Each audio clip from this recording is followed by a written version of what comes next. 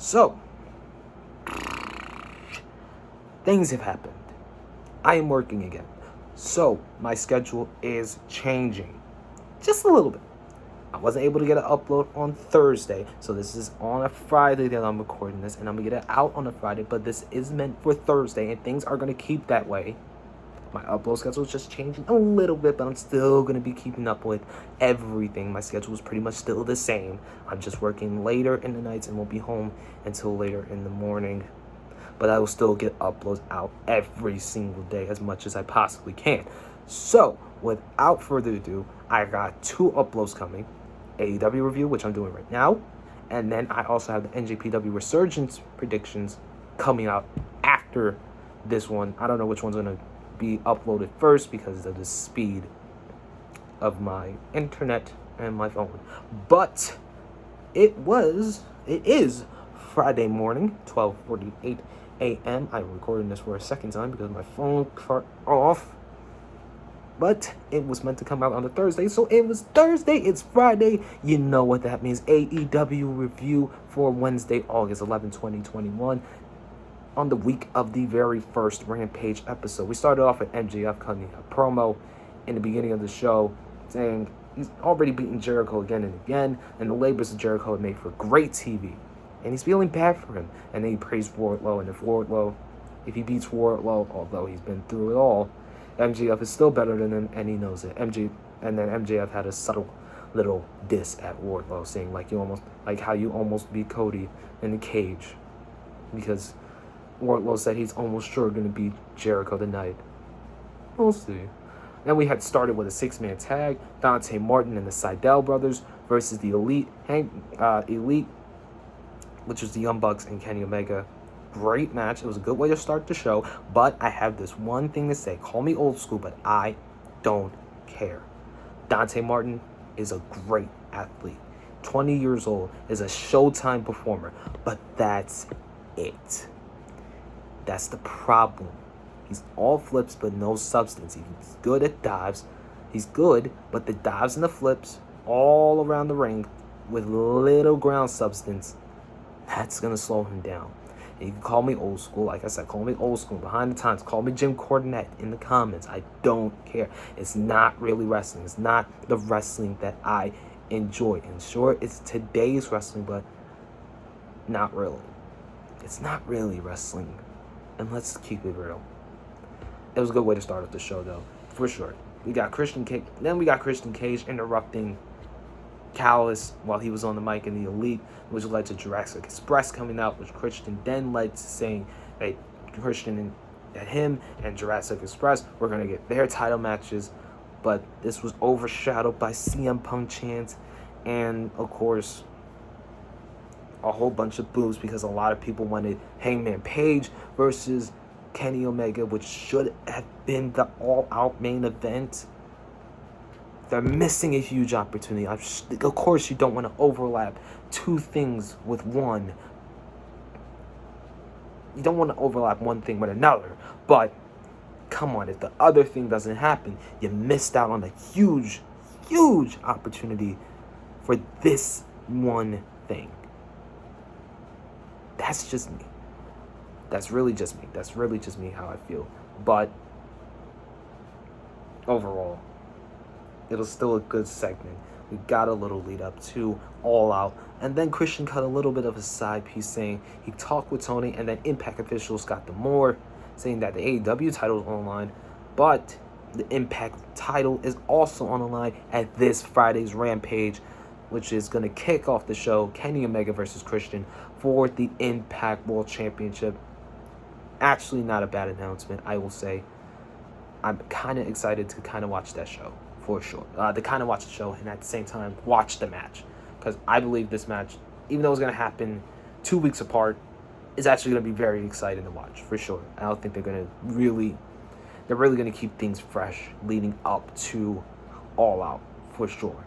Then even though Christian got the lowest reaction, I should say, Jungle Boy got a huge reaction when he went on the mic and said that he and Luchasaurus are going to get their tag team title match against the Young Bucks next week. Not at All Out, which is interesting Now that I think about it, because I'm recording this for a second time, who's going to be the challengers for the Young Bucks at All Out then?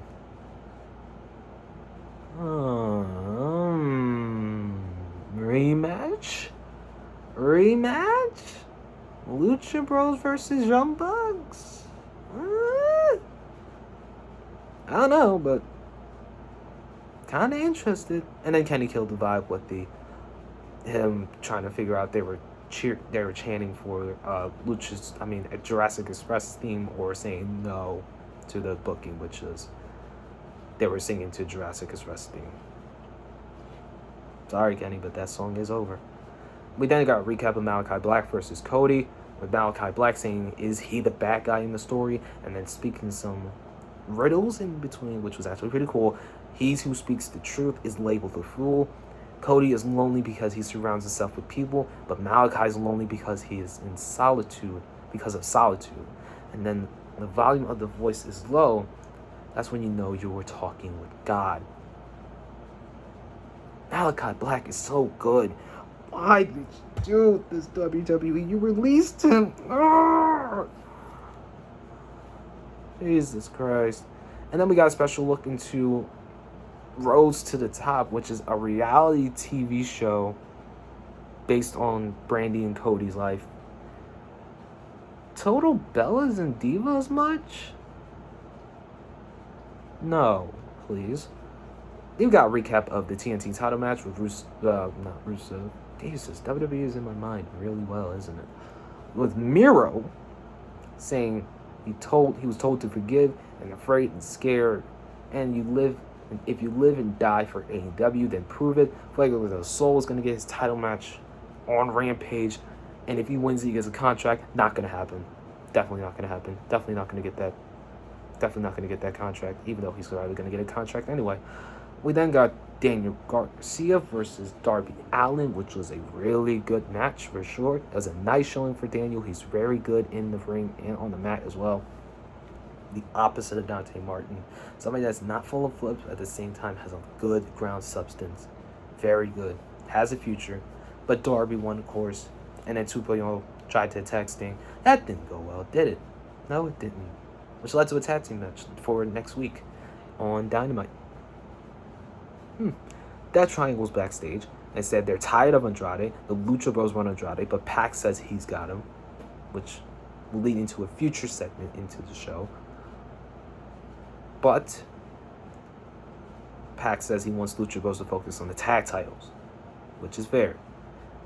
They don't need Andrade. They don't like Andrade. Whatever obsession with that triangle that he has needs to stop, and Pac is not hard to find.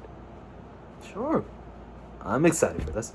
We got a 6-man tag between the Matt Hardy family, which was Matt and Private Party, versus Best Friends and Wheeler Yuta. I need to get this out the way. There is the Elite, the Nightmare Family, the Factory, the Inner Circle, the Pinnacle, Matt Hardy family, Best Friends, Christian Express, my little mashup you see there, Death Triangle, Andrade Enterprise, the Dark Order, Team Taz. Why are there so many fucking stables and factions in AEW? Why? Do you need that many? Good Lord. There was a hilarious splash dive with Orange Cassidy splashing on Matt Hardy, faking his taunt, which was pretty awesome to see. That was so funny. But Matt Hardy family won. And this wasn't really interesting to me. It's kind of sloppy, too. Andrade Enterprise got a promo backstage. Another faction on top of another faction that just got through in the ring. And then on another faction that just got a promo afterwards. Calm down, Max. Calm down. It's all okay.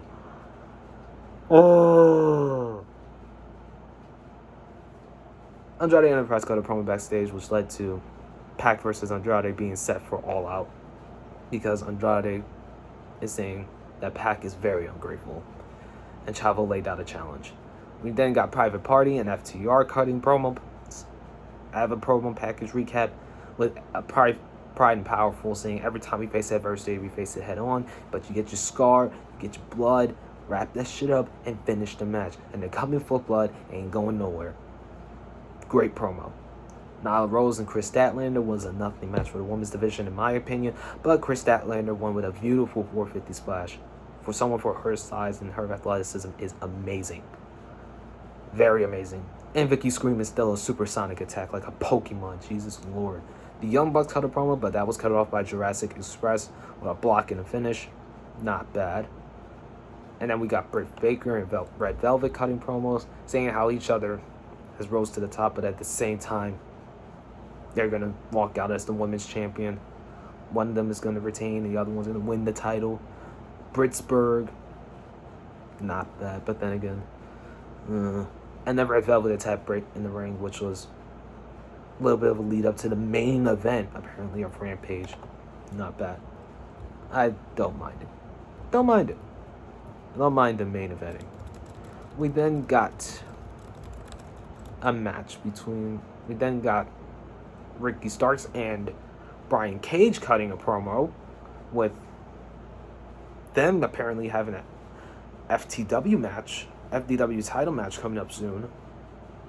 Probably All Out.